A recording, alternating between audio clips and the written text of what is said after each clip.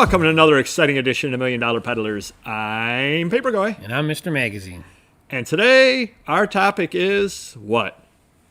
Well, I was told it's a surprise, so... That's true. You have no idea. We only have one little problem. I don't know what it is either. Actually, I do. What 4 words are most hated, maybe not most hated, but give me a 4-word sentence in regards to your business that you hear all the time from people, and it is absolutely true, but it's really, really annoying, and you have to understand it in order to run a successful business. The customer's always right? Oh, that's actually, maybe we're going to change what we're talking about today. Cost of doing business. Okay. What is the cost of doing business? For me, it's whatever you make it out to be. It could be a lot if you let it be. So. Well, because what got me thinking about this topic was you had mentioned to me, and about a week ago you had mentioned that you had actually made an error. And it was a $100 error, as I remember. Yes. Why don't you tell everybody, because I don't exactly remember what it was, but I do remember the $100 error. I don't even know how I did it, but I shipped out an eBay International $100 Superman Remco doll. Mm-hmm. And for some reason, the gentleman never got it. And I said, the tracking wasn't working, which is normal nowadays. Right. They're not, post office isn't scanning. Right. Things are delayed with Christmas, with COVID. So I go, that's typical, just be patient. Mm-hmm. That was, I think, 2 weeks went by. Then last week, week 3, a customer emails me from the U.S. and says, I bought a record and got a Superman doll. And, well, that answered my question. So the customer overseas was legit, and he didn't get it, and he will not be getting it. So or anytime soon. Right. So, and I'm trying to think of, what I did to allow this mistake to happen. And all I can say is I printed the international order. Then the person that bought the record was next, and somehow I must have stapled them together or got rid of his label and put that one underneath it or something. So my packers had the one order, which had the Superman order sheet with the record label, shipping label. So, I've been up a lot lately printing orders, so I guess mistakes happen, but it was $100.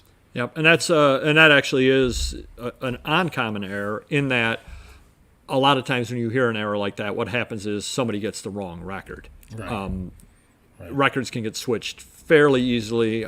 Things fall over on the packing floor. If somebody puts them back together, they're not quite in the right order. Yeah. Especially with the international on eBay, because you're using the eBay shipping labels as opposed to the post office shipping labels, and the eBay shipping labels do not list on them what the item is.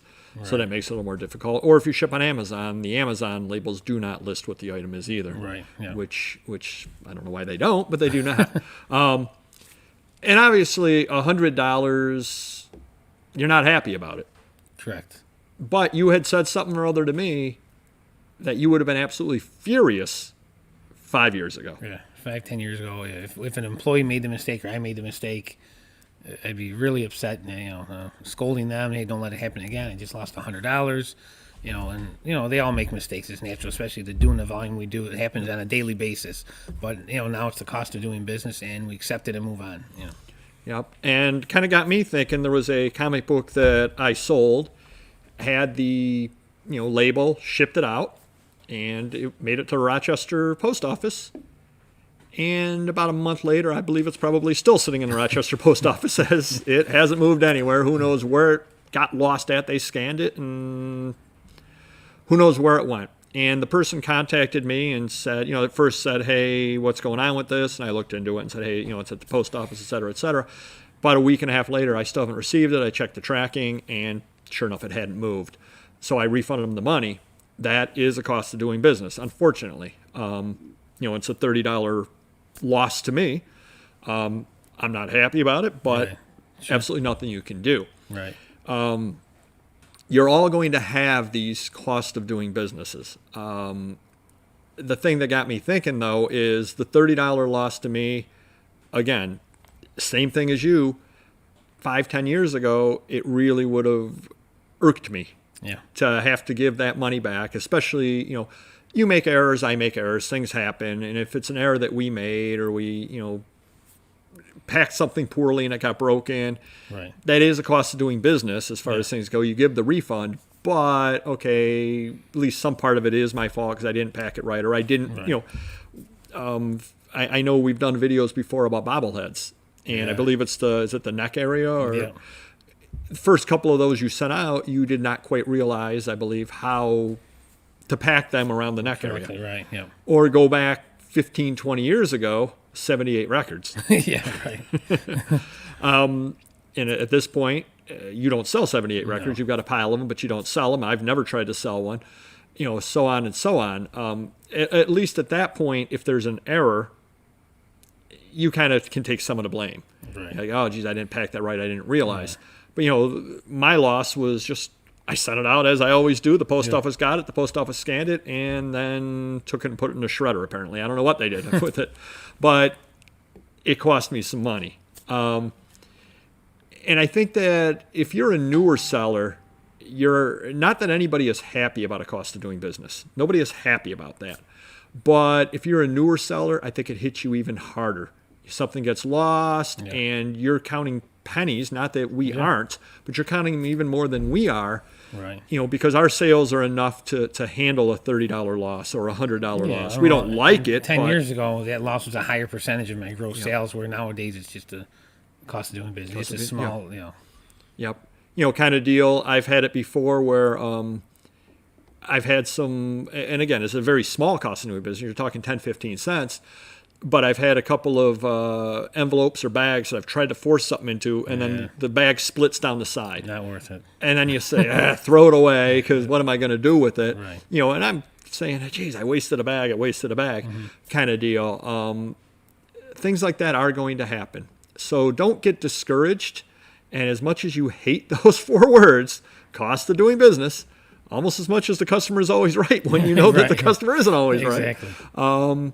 It just happens. And know that as you grow your business, you're still going to have those costs of doing business.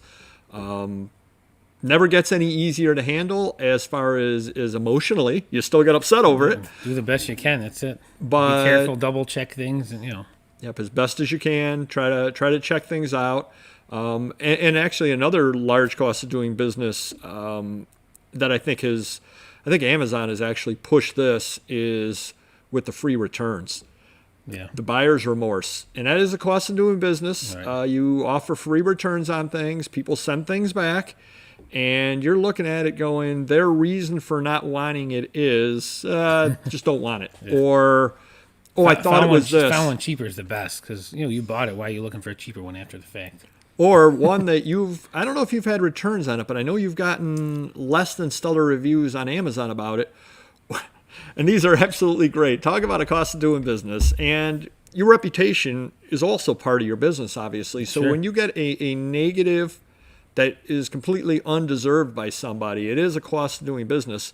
But you've had at least a couple of people. One person I know wanted to return something, and one person actually left a negative on it because the magazine you sold, they didn't like the content of. Yeah. They're like, this magazine sucks. The stories are terrible. Yeah. Okay, I sold it. I did not write it. I'm not the publisher. It was written 25 years ago. I don't know what you like. But the person actually left a negative review about, not that the condition was bad, not that you misrepresented it, nothing at all like that. That the content of the magazine was not good. Nothing you can do about it. That dreaded 4-letter or 4-word thing, cost of doing business. So keep your chin up out there. It's going to happen. You're going to, at some point, shake your head. And when you do, think it's just the cost of doing business. And you'll get as angry as we do about it, but not a lot you can do about it. Till next video. Take care. Bye-bye. Ooh,